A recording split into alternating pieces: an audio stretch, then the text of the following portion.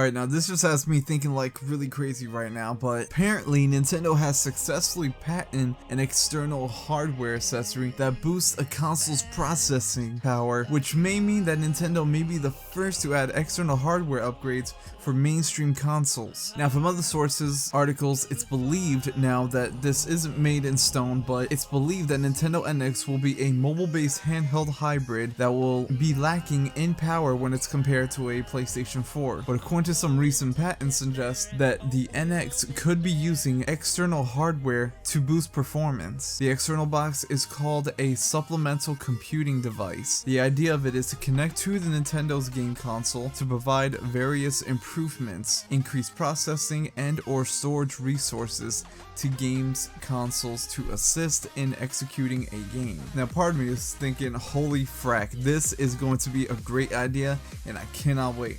But then there's the other part of me that's saying, wait, so how many things are going to come in the box when it releases? Or is this something that's going to be sold separately? So it's supposed to be a handheld hybrid console with a TV dock station, 2 detachable controllers, and an external box to give it the extra power it needs. Alright, holy crap, I know Nintendo wouldn't make you have to plug in like 6 different pieces of hardware together just for you to play your games. So I know Nintendo's going to clean this up, make it look somewhat pretty, but man, when you think of it, it just sounds like a big mess. Now, besides performance boosts, the SCD has other applications that are pretty interesting, one being able to share the SCD with others via online or remote access, which means you can let other people use your hardware for an in-game boost. Now another thing I was thinking of was, okay, so does this mean Nintendo is going to go for VR experience, which in my mind I'm thinking, please no, we have enough already of these VR headsets. You got PlayStation, you got the HTC Vive, you got the Oculus Rift, which each one will cost you a buttload of money. To be honest, I just want Nintendo to focus on the hardware and the games. They just need to learn from their mistakes and move on. Okay, now, pay attention to this part of the article that I had read on. The patents do not indicate a final product, and that a huge portion of the actual patent won't be implemented in the actual product. Patents typically cover a massive number of configurations, so the companies can pick and choose the best elements and act accordingly. Think of it as a giant box of Legos. 10,000 Lego pieces that will be used to build a 2,000 piece set. So what I'm going to read right now to you guys is actually a list that was made talking about this external box and what it's capable of. So number 1, provide processing and or storage resources to games consoles to assist in-game performance or other tasks like viewing photos, watching videos, etc.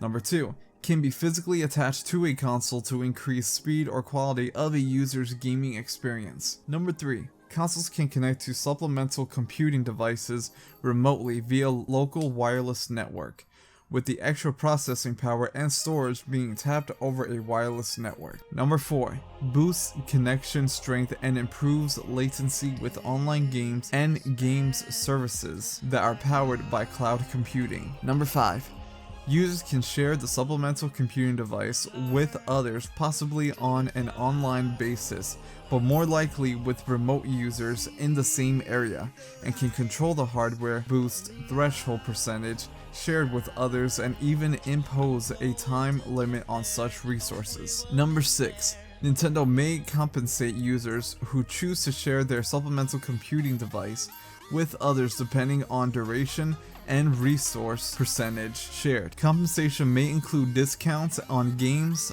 time on other SCDs, or points for redemption for other content games like Club Nintendo. Number 7, users can daisy chain multiple supplementary computing devices to the same console. So there you have it. Is it real? Yes. Is this a hint at a VR experience? God, I hope not. I love VR, but it's just not something I want from Nintendo. But overall, I think Nintendo's putting a lot of thought and effort into this. I just hope they don't go crazy with all this hardware. In my mind, it sounds like a mess, but I guess we'll have to wait and see what they show at Tokyo Game Show this September. Thanks for watching, you guys. For more on video game goodness, this is Nomadsterdez signing off. I'll catch you at another time, another video. Take care.